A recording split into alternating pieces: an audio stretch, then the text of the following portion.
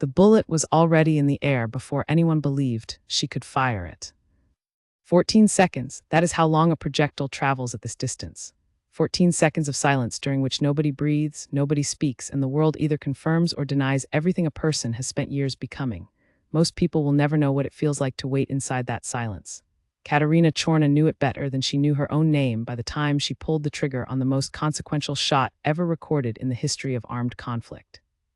But that morning, that specific morning on an elevated ridge in eastern Ukraine, with frost still on the ground and the Americans watching with their arms crossed, nobody believed she would make it. One of the senior advisors, a man named Cole Harrington, said it plainly to the soldier standing beside him. No apology in his voice, no cruelty either, just the flat assessment of a professional who had watched hundreds of shooters and knew what distance did to certainty. "She's finished," he said. He meant the range, he meant the wind. He meant the mathematics of a shot so long that the curve of the earth itself becomes a variable. He meant all of it, and he was wrong about all of it. This is how it started, not with the shot, with the girl who had no business being there and then was the only one who could do it. Katerina grew up in Kharkiv, in a family that did not discuss weapons at the dinner table. Her father was an engineer who built things. Her mother taught primary school. She had one younger brother named Pavel who liked football and never paid attention in class. Their home was ordinary in the way that most homes are, full of small arguments and shared meals and a television that was always on too loud. Nothing in that house pointed toward what she would become. She was 22 when she enlisted. The year was 2014, and the first wave of conflict in the East was pulling people into service who had never imagined themselves in uniform. She was not driven by ideology or anger or the particular kind of hard patriotism that gets written about in newspapers. She enlisted because the country needed people, and she was a person, and that felt to her like enough of a reason. Basic training sorted her quickly. Not because she was exceptional at everything, she was not. She struggled in the early physical conditioning periods the way most women did, pushing against a program built for bodies that were not hers. She fell behind in some drills. She kept up in others. What the instructors noticed eventually was not her speed or her endurance. It was her eyes. A senior sergeant named Dmytro Koval spotted it during a standard marksmanship qualification. Every recruit on the line was firing at targets 200 meters out. Most recruits are nervous at 200 meters. Their hands shake. Their breathing goes ragged. They rush the trigger because they want it to be over. Katerina did not rush. She settled into the position with a patience that looked almost like boredom, and she put 5 rounds into a group that a trained sniper would have been satisfied with. Koval walked the line and stopped behind her. He watched her fire 3 more times. He said nothing. When the session ended, he told her to stay behind and asked her one question. "Have you fired a rifle before?" "No," she said. He nodded slowly and wrote something in his notebook. She did not know it then, but that was the moment her path changed. Koval was not just a sergeant. He ran a small, informal selection process for snipers within his unit, a process that was not official, not sanctioned by any policy document, and entirely effective. He had sent 4 shooters through to formal sniper training in 3 years. He was looking at his 5th. The training she entered was not designed for women. That sentence deserves to sit for a moment because it was not a metaphor or a social observation. It was a physical and logistical reality. The rifles were weighted and balanced for male hand size. The stock lengths assumed a male shoulder width. The crawl distances and hide building protocols had been tested exclusively on male bodies. None of this was malicious. It was simply the residue of a long history in which military sniping had been exclusively male, and nobody had yet revised the blueprints. She revised them herself. Informally, quietly, by trial and error, and a great deal of time alone on ranges after official training hours ended, she learned how to adjust her grip. She learned how to build a position that accounted for her particular dimensions. She learned the ballistics tables not just by memorizing them, but by understanding the physics underneath them, so that when conditions fell outside the charts, she could reason her way to the right number rather than guess. She was not the fastest learner in her cohort. She was not the most naturally gifted shooter. What she had in excess was something that cannot be taught and cannot be faked. She could be still, not physically still. Any shooter can hold a position. She could be mentally still in a way that other people could not. When everything around her was loud and fast and uncertain, the inside of her mind went quiet and ordered and precise. Her instructor, a man named Orst Bilik, who had been a competition shooter before the conflict began, told her near the end of her training that she had the rarest quality in marksmanship. Most people have a mind that fights the shot, he said. It argues, it second guesses. It tells them to rush or to wait or to adjust when they should hold. Your mind does not fight, it just calculates. She passed her qualification and was assigned to a reconnaissance unit operating in the Donetsk region. She spent the next several years doing what snipers do in a slow, grinding conflict, watching, waiting, engaging targets at ranges that most people would consider extreme and she considered routine. She built a reputation in her unit not for drama but for consistency. She was reliable. She showed up, her shots went where she aimed them. None of that prepared anyone for what came next. By 2022, everything had changed. The full-scale invasion turned a slow conflict into an overwhelming one, and the scale of the fighting pulled every capable soldier into roles that would have seemed unlikely before.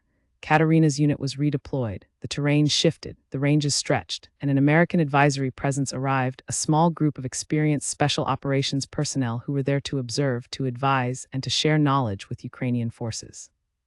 Cole Harrington led that group. He was 41 years old, a former Navy SEAL with 2 decades of direct action experience across multiple theaters of war. He was not an arrogant man. He was, however, a man who trusted data, and the data he had seen on female snipers, which was limited, because female snipers in combat were a statistical rarity, did not prepare him for the woman who showed up to the pre-mission briefing with a calm face and a range card she had already calculated 3 times. He looked at the range card, he looked at her. He said nothing in the briefing, but he found his colleague Neil Ashby afterward and said what he was thinking. She won't make the shot. Ashby had been quieter in his assessment. He had watched her during the briefing and noticed something Harrington had not focused on. He had noticed her hands. They were perfectly steady, not controlled steady, the way a nervous person holds their hands when they are trying to appear calm. Just steady, the way hands are when the person attached to them is not afraid. Maybe, Ashby said. That was the full extent of their disagreement, a single word, and on the other side of that word, the entire question of what was about to happen. The mission had been planned for 2 days. The target was a high-value enemy position, a coordination point that had been directing significant activity against Ukrainian forces in the sector. It needed to be neutralized with precision, because the terrain and the surrounding civilian considerations made any other approach impossible. The engagement required a shot from a specific ridge position at a distance that the mission planners had calculated at roughly 4,000 meters. 4,000 meters is not a number that most people can visualize. It is roughly the distance from one end of Manhattan to the other. It is 40 football fields placed end to end. At that distance, the bullet does not travel in a flat line. It arcs, drops, drifts with the wind, and is nudged slightly off course by the rotation of the earth beneath it. Hitting a human-sized target at that distance requires not just skill, but a level of calculation that approaches the edge of what precision shooting has ever achieved. Katerina had been assigned to attempt it. Harrington thought the assignment was optimistic. He had not said so in the planning meeting. He had done the math himself on the flight back to the forward position and reached the conclusion he shared with Ashby the next morning. She would not make the shot. She was already awake when he said it. She was sitting at a small folding table in the forward shelter, going over her wind calculations for the 4th time. She was not doing it because she was nervous. She was doing it because the wind on the ridge had shifted twice in the previous hour, and she wanted to see whether the pattern was consistent or random. She heard Harrington's voice through the shelter wall. She did not hear the exact words. She heard the tone. It was a tone she recognized. She had been hearing it for a decade. She set down her pencil, looked at the calculations one more time, and then looked out at the ridge. The sun was just beginning to come up. The frost was still on the ground. She had about 3 hours before the window opened. She picked up the pencil again and went back to work. The ridge was not a comfortable place. It was a narrow, rocky spine running roughly northeast to southwest, elevated enough to give a clear sight line across the flat agricultural land below, but exposed enough that the wind hit from unpredictable angles depending on the hour. In summer, it would have been manageable. In the cold of a Ukrainian morning in late autumn, it was the kind of place that made fingers stiff and eyes water, and the small muscles around the eye socket, the ones that hold a sight picture steady, begin to ache after the first hour. Katerina had been in position since before first light. Her spotter, a man named Andriy Melnik, had settled in beside her with a practiced quietness that came from 3 years of working together. They did not need to talk much. They had developed a shorthand over time, not a formal system, just the organic shorthand of 2 people who have spent hundreds of hours in close proximity doing the same difficult thing. A certain kind of silence meant she was settling in. A different kind meant she needed a number. He knew the difference without asking. The hide they had built the night before was low and compressed, cut into the rocky surface of the ridge with enough natural cover from a collapsed section of stone wall that the profile was nearly invisible from the valley below. It smelled of cold earth and the particular damp smell of rocks that have been rained on and dried many times. It was not comfortable. It was not supposed to be.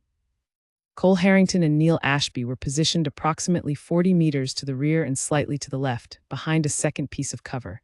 They had optical equipment of their own and a radio link to the mission coordinator. Their role was observation and assessment. They would watch, they would report. They were not there to make the shot. Harrington spent the first hour of the wait with his optics on the target area, recalculating what he had already calculated twice. The distance had been confirmed by laser rangefinding the previous evening, 4,112 meters. He kept arriving at the same conclusion. The shot was at the absolute outer edge of what precision equipment and ideal conditions might allow, and the conditions this morning were not ideal. The wind was variable. The temperature was low but not extreme. The light was manageable, but the wind was a problem. At extreme distances, wind is not a single factor. It is a series of layers. The wind at the firing point may be blowing at a different speed and direction than the wind at 2,000 meters, which may be different again from the wind at the target. A shooter has to estimate all three layers simultaneously and synthesize them into a single adjustment. There is no way to measure the middle layer directly. It has to be inferred from vegetation movement, from mirage patterns through the scope, from the behavior of previous shots if you have had the opportunity to make them. At 4,000 meters, you rarely get a second attempt. Harrington knew all of this. He had trained on it. He had practiced it at ranges that most military shooters would consider extreme. He had made confirmed shots at distances that put him among the most experienced precision shooters in the American military, and his professional assessment, based on everything he knew, was that the wind this morning was too variable for a shot at this range to be reliable. That word, reliable, was the one that mattered most in his thinking. Not possible, not achievable under perfect conditions by a perfect shooter. Reliable, repeatable, something he would stake a mission on. He did not think this shot was reliable. What he did not fully account for was the woman in the hide 40 meters ahead of him, who had been reading the wind on this specific ridge since before he arrived and had reached a different conclusion. Katerina had noticed something during the night that she had not put in her written calculations, because it was not the kind of thing that fits cleanly into a written calculation. The wind on this ridge, she had observed, was erratic close to the ground, but stabilized significantly at approximately 3 to 4 meters of elevation. She could see it in the behavior of the dry grass on the lower slope, chaotic and shifting, versus the behavior of a small cluster of thin trees on the far side of the valley, whose branches moved with a slow, consistent pattern that suggested a steady wind at height. This mattered because a round, traveling 4,112 meters, spends most of its flight time well above ground level. The variable wind at the surface, the wind Harrington was watching, was not the wind that would affect the bullet for most of its journey. The wind that mattered was the one she could read in the trees, and that wind had been blowing from a consistent direction at what she estimated was a consistent speed for the past 90 minutes. She did not explain this to Harrington. He had not asked her opinion. She noted it in her own mind, adjusted her calculations accordingly, and continued watching the target area through her scope. Andree spoke quietly beside her, wind holding. "I see it," she said. "They waited." The target appeared at 0914. The radio carried a short confirmation from the observation point on the opposite side of the valley. Andree relayed the information with the steady voice of someone reading a grocery list. He gave her the confirmed position, the direction of movement, the speed. She had expected the target to appear in the northern sector of the objective area. He appeared slightly west of that. She made the adjustment without hesitation, the way a musician adjusts to a slightly different tempo, not by thinking about the adjustment, but by knowing the piece well enough that the body follows automatically. "Range confirmed," Andree said. 4112. 4,112 meters. She had already adjusted for it. She had been adjusted for it since before she took her position. The number did not change anything. It was just confirmation of what she already knew. She settled her breathing. In the world of precision shooting, breathing is not something you suppress. You cannot hold your breath at this level of engagement without the oxygen debt affecting your steadiness. Instead, you time the shot to the natural pause that exists at the bottom of a breath after you have exhaled and before your body has begun to inhale again. That pause lasts roughly 2 to 3 seconds. Everything has to happen in that window. She found the target in the scope. She confirmed the wind reading one final time by watching the mirage pattern, the visible distortion caused by heat differences that a scope at high magnification can detect even in cold weather. The mirage told her what the air between her and the target was doing. She processed the information. The crosshairs settled. Behind her, 40 meters back, Harrington watched through his own optics. He had tracked the target acquisition. He could see the general direction of her aim. He understood that she was preparing to fire. His professional assessment had not changed. He believed she would miss. He believed the shot would fall short or drift wide or both, and that the mission would need to be reassessed. He was watching when she fired. The sound of a large-caliber precision rifle at the moment of discharge is sharp and final, like a door slamming in an empty building. It carries across open ground with a clarity that distances on a map cannot prepare you for. Harrington heard it. Ashby heard it. Everyone in the vicinity heard it. Then the silence began. 14 seconds is a long time when you are waiting for a bullet to arrive. Most people have no frame of reference for this. In ordinary life, 14 seconds is nothing, the time it takes to pour a glass of water or walk from one room to the next. In a hide on a ridge in eastern Ukraine, with a precision rifle just fired and every pair of optics in the area locked on a target 4 kilometers away, 14 seconds is a very long time indeed. Harrington counted it without meaning to. Not with numbers, just with the rhythm of his breathing, which had, without his deciding to, slowed down to match the gravity of the weight. He was watching the target area when the confirmation came. It did not come from the radio first. It came from Andriy, who had the better sight line and whose scope had been on the target area the entire time. His voice was the same as it always was, steady, factual, entirely without theater. "Hit," he said, "confirmed." Harrington lowered his optics for 1 second, raised them again, looked at the target area, looked at what Andriy had already confirmed. He said nothing for a moment. Then he picked up the radio. The mission coordinator's voice came back quickly. Harrington gave the confirmation. The coordinator acknowledged. The radio went quiet. Ashby was looking at him. Harrington did not look back immediately. He kept his eyes forward, on the ridge line, processing what had just happened with the same methodical precision he applied to everything else. After a moment he turned and met Ashby's gaze. Neither of them spoke. In the hide, Katerina had already begun the process of withdrawing from her position. She was not celebrating. She was not looking back toward the Americans. She was doing what a professional does after a completed engagement, checking her equipment, preparing to move, keeping her attention on the environment around her because a position that has just been fired from is a position that needs to be vacated. Andriy helped her with the equipment in silence. He knew her well enough not to offer congratulations in the middle of an extraction. There would be time for that later. She had known before she fired that the shot would land. Not with arrogance. Arrogance has no place in a calculation, with certainty. The kind of certainty that comes from having done the work so thoroughly that doubt runs out of places to live. She had read the wind correctly. She had built the right number. She had found the pause in her breathing and let the trigger go without interference. The bullet had done the rest. 4,112 meters. A number that, at that moment, meant only one completed mission and one ridge that needed to be left behind before anyone noticed the direction of the sound. She did not know, crawling backward out of the hide with frost on her jacket and her scope in her hands, that the number would be verified, submitted, cross-referenced, and confirmed by the records that existed for such things. She did not know that the previous record, set just months earlier by a Canadian volunteer in the same conflict, was 3,540 meters, and that she had just exceeded it by more than 570 meters. She did not know that the record before that had stood for over a decade, or that the world of precision marksmanship would spend the following weeks processing what one person had done on one ridge on one cold morning. She knew the wind had held, she knew the number had been right, she knew the mission was complete. She packed her equipment and she moved.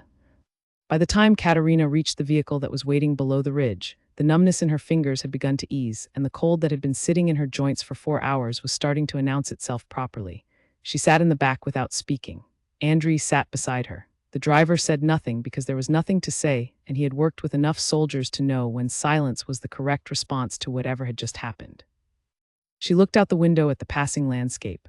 Flat farmland, trees stripped of leaves, the particular gray of a Ukrainian sky in late autumn, which is not a dramatic gray, not the gray of a storm, but a settled, patient gray that suggests the cold has been here for a while and intends to stay. Her hands, now that she could look at them properly, showed nothing unusual. No tremor, no stiffness beyond the ordinary stiffness of cold. They looked like the hands of someone who had been doing careful, detailed work, which was exactly what they were.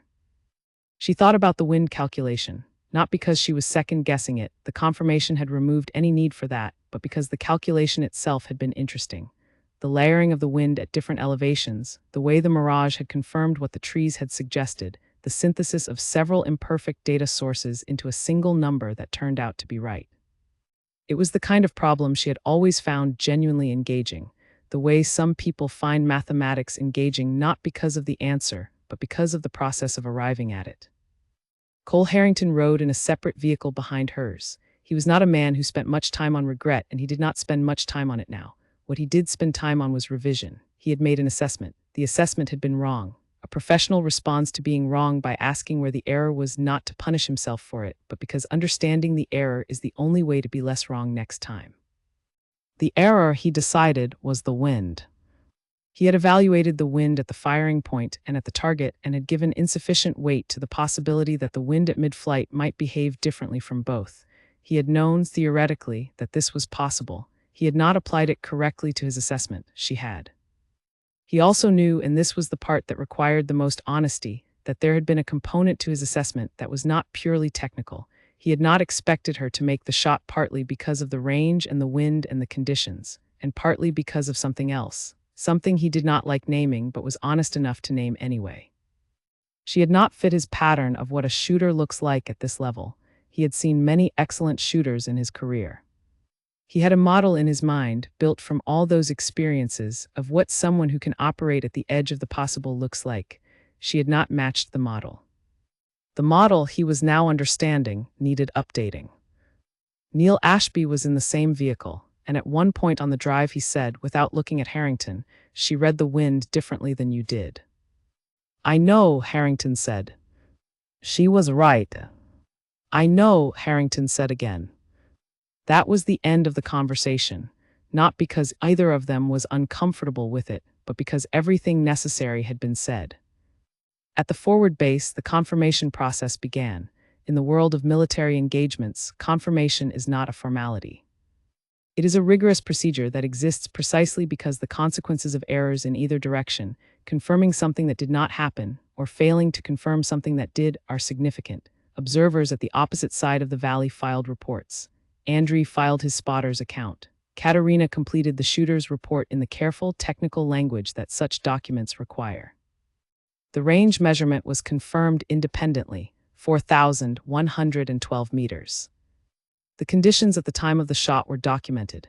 Air temperature, wind speed at the firing point, estimated wind at mid-trajectory based on observation, estimated wind at the target area, elevation difference between firing point and target. Everything was cross-referenced. Everything was verified, the numbers did not change. Word moved through the forward base the way significant news moves through a military environment, not loudly, not with announcement, but quickly and quietly, person to person, with the specific manner that soldiers use when something has happened that they are still processing. There was no ceremony, there were no speeches. There was a kind of contained acknowledgement, passed between people with nods and brief exchanges, of the fact that something unusual had occurred. Katerina was aware of it. She was not uncomfortable with it exactly, but she was not entirely comfortable either. She had not done what she did in order to be noticed. She had done it because it was the assigned task and she was the assigned person, and the work needed to be done correctly.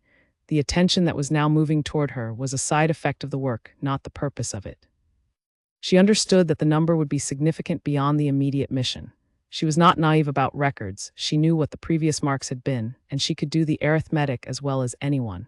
But the significance of the number existed in a different category from the significance of the mission, and she had a strong instinct to keep those two categories separate.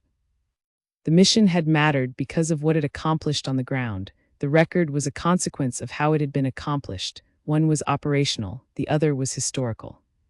She cared deeply about the first and felt a quiet, distant relationship to the second.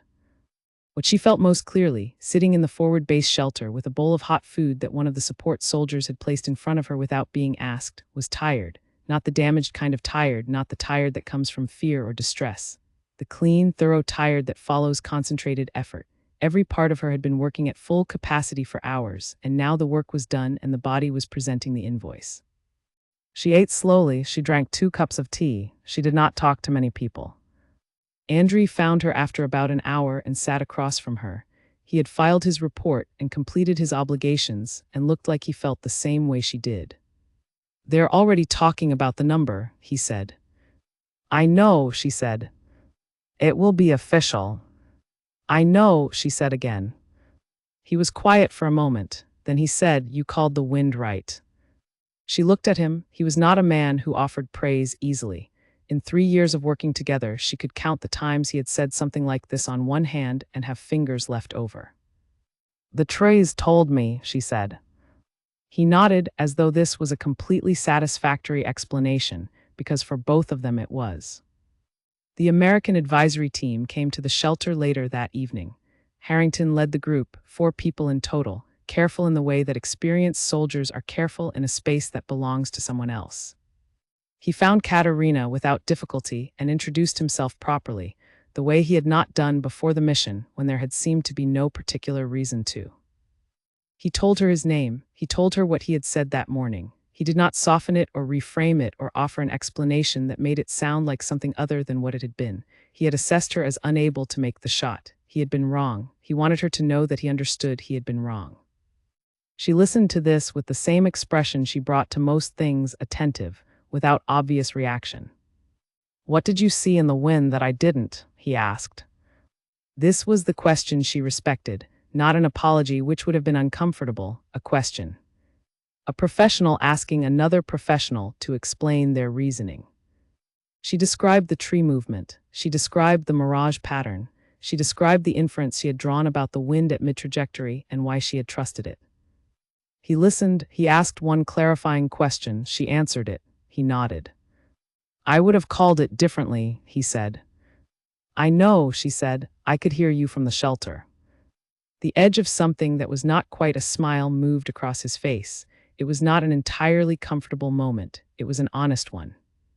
He stood to leave. At the door of the shelter, he paused and turned back, and for a moment he looked like he was deciding whether to say something additional. He did. "That was the best shot I have ever seen," he said. "And I have seen a great many." He left before she could respond, which was probably the right choice on his part. She sat with that for a moment, not with pride exactly, with something quieter. The recognition that a person who had doubted her had looked at the evidence and changed his mind. That was, she thought, how it should work. That was, in fact, the best possible outcome, not that he had been wrong initially, but that being wrong had not prevented him from arriving at the truth. She finished her tea. Outside, the Ukrainian sky had gone dark, and the cold that had been patient all day was now settling in properly for the night. Somewhere across the front, the conflict continued as it had every night before this one and would every night after it. The record existed. The mission was complete. The war was still happening. She went to sleep the way soldiers learn to go to sleep, completely, without discussion, putting the day down the way you set down a heavy bag when you have finally reached the place you were going. Tomorrow would require her to be rested, and so she rested. The number 4,112 meters was submitted through official channels the following morning. The verification process would take additional days, as such processes do, with multiple agencies reviewing the documentation and the observer reports and the equipment records. It was thorough and slow and unglamorous, which is the nature of official processes everywhere. When the verification was complete, the record was confirmed. The previous confirmed long-range engagement record had been set by a Canadian volunteer fighter, a man who had chosen to come to Ukraine and use his skills in support of the country's defense. His shot at 3,540 meters had been considered extraordinary, a mark that many in the precision shooting community had assumed would stand for years. Before him, a British soldier held the record at 2,475 meters for over a decade. Each record had represented the edge of what was considered achievable. Each had been surpassed when someone extended the edge. Katerina had extended it by 572 meters, not a marginal improvement, not a gradual step beyond the previous mark, a substantial extension of a boundary that the community had regarded as near its limit. The response from that community, when news reached it through the networks by which such things travel, was a mixture of reactions. Disbelief from some, not at the number, but at the identity of the shooter, because the community's historical image of what a record-holding sniper looks like does not include a woman from Kharkiv who started in the infantry, because the country needed people, and that felt like enough of a reason. Admiration from others, including many of the most experienced practitioners in the field, who understood what the conditions and the distance meant and had no difficulty attributing it to excellence regardless of who had achieved it. Official acknowledgement came from the Ukrainian military in the form that official military acknowledgements generally take, measured, documented, formal. There were no public ceremonies. The nature of the ongoing conflict made public celebrations of individual military achievements complicated, and Katerina herself had no interest in ceremonies. She was acknowledged within her chain of command. The record was noted. The work continued. Because the work did continue, this is a thing that distinguishes the reality of military service from the stories told about it. A remarkable event does not conclude a person's service. It does not transform the situation around them.